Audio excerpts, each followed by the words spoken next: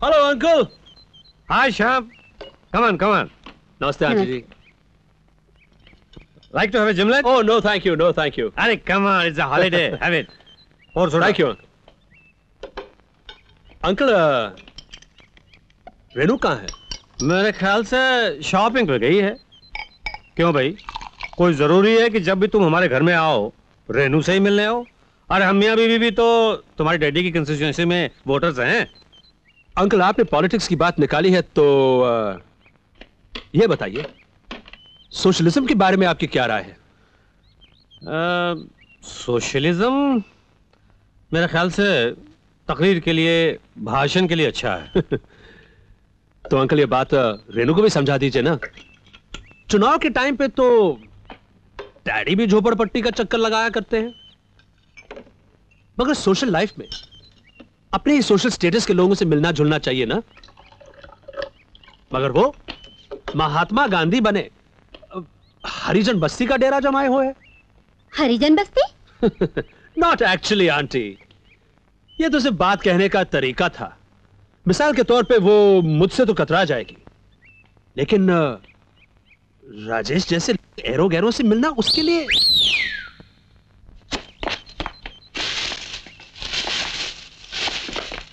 देखो श्याम, तुम मेरी फिक्र में दुबले होना छोड़ दो।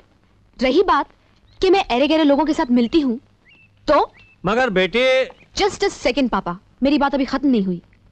मिस्टर श्याम, मैं एरे गहरे लोगों के साथ नहीं मिलती, मैं सिर्फ शरीफ लोगों के साथ मिलती हूँ। अगर आपको मेरी बात का बुरा लगा तो आई एम सॉरी, लेकिन मिलना बराबरी वालों के साथ ही चाहिए।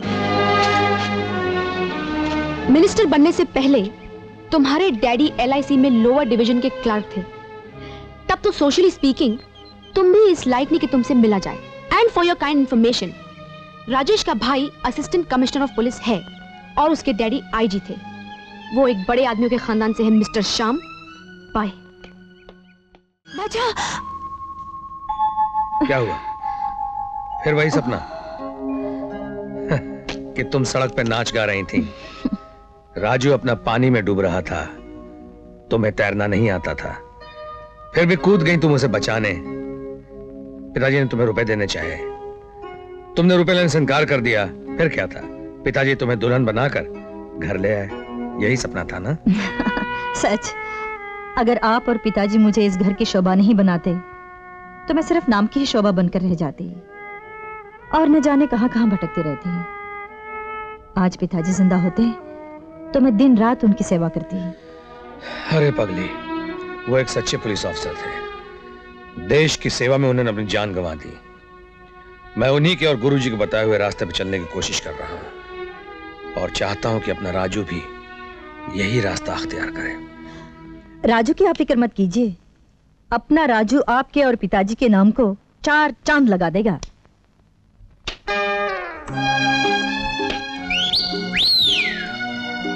क्या बात है, हवा की तरह लहरा क्यों रही हो?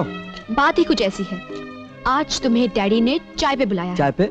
अरे नहीं, ये फिल्म मैं साउथ हॉल में देख चुका हूँ। अरे मार क्यों रही हो? चाय पे बुलाया ना, घर पे आके पी लूंगा। लेकिन आप अपना गुस्सा घर छोड़कर आना। क्यों? मेरे डैडी मुझे बहुत चाहते हैं, वो बहुत स्वीट हैं। उनकी बात का ठीक ठीक जवाब देना। और कुछ? I love you. प्यार इज अ वंडरफुल थिंग। हालांकि मुझे इसका कोई तजुर्बा नहीं, क्योंकि मेरी तो अरेंज मैरिज हुई थी। क्यों जी? इसलिए मैं प्यार करने वालों से बहुत जेलस फील करता हूं। आजकल के लड़के प्यार ज्यादा करते हैं और शादी कम। लेकिन ये जानकर खुशी हुई कि तुम शादी भी करना चाहते हो ना? जी हाँ सर। मोहब्बत वन साइडेड, एक तरफा को मैं नहीं मानता। कहती है गंदे अंधेरे घरों में रहो, कहती है कार को गोली मारो, बसों की क्यू में खड़े रहो, कहती है तरसो एक एक चीज के लिए। Really love is an interesting thing है? मोहब्बत तो समझे, लेकिन तुम्हारी मोहब्बत मेरी बेटी को क्या दे सकती? आई मीन अंधेरे घर, बसों की क्यू, खैराती अस्पताल एटसेट्रा एटसेट्रा के सिवा। Understand sir. गुड। अब भाई खड़े खड़े क्या करो, कुछ खाओ पियो।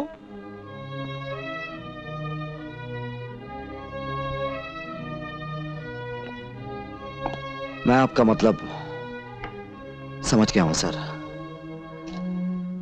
पैसा बड़ी इंपॉर्टेंट चीज है, लेकिन आप मेरी मोहब्बत को खुद कर्ज नहीं पाएंगे।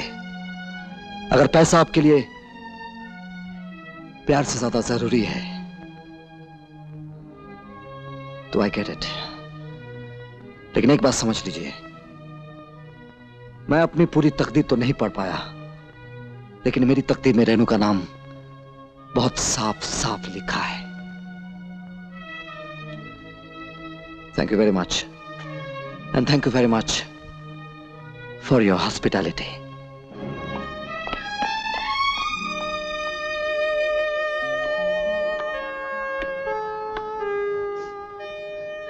You have been very mean, Papa.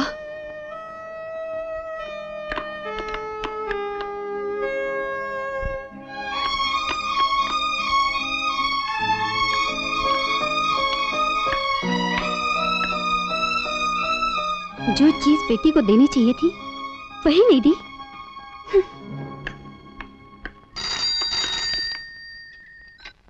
Hello, मैं राजू बोल रहा हूँ। अरे राजू, कैसा है तू? बहुत बड़ी मुसीबत में फंस गया हूं। हे भगवान। ना ना, वैसी कोई बात नहीं है। फिर क्या बात है? भाभी, भैया को मत बताना, मुझे 970 रुपए की सख्त जरूरत पड़ गई है। अच्छा।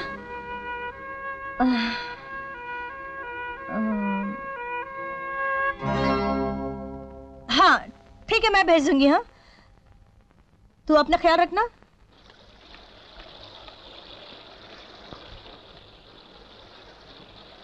राजू, तुम 3 दिन से कहां लापता हो?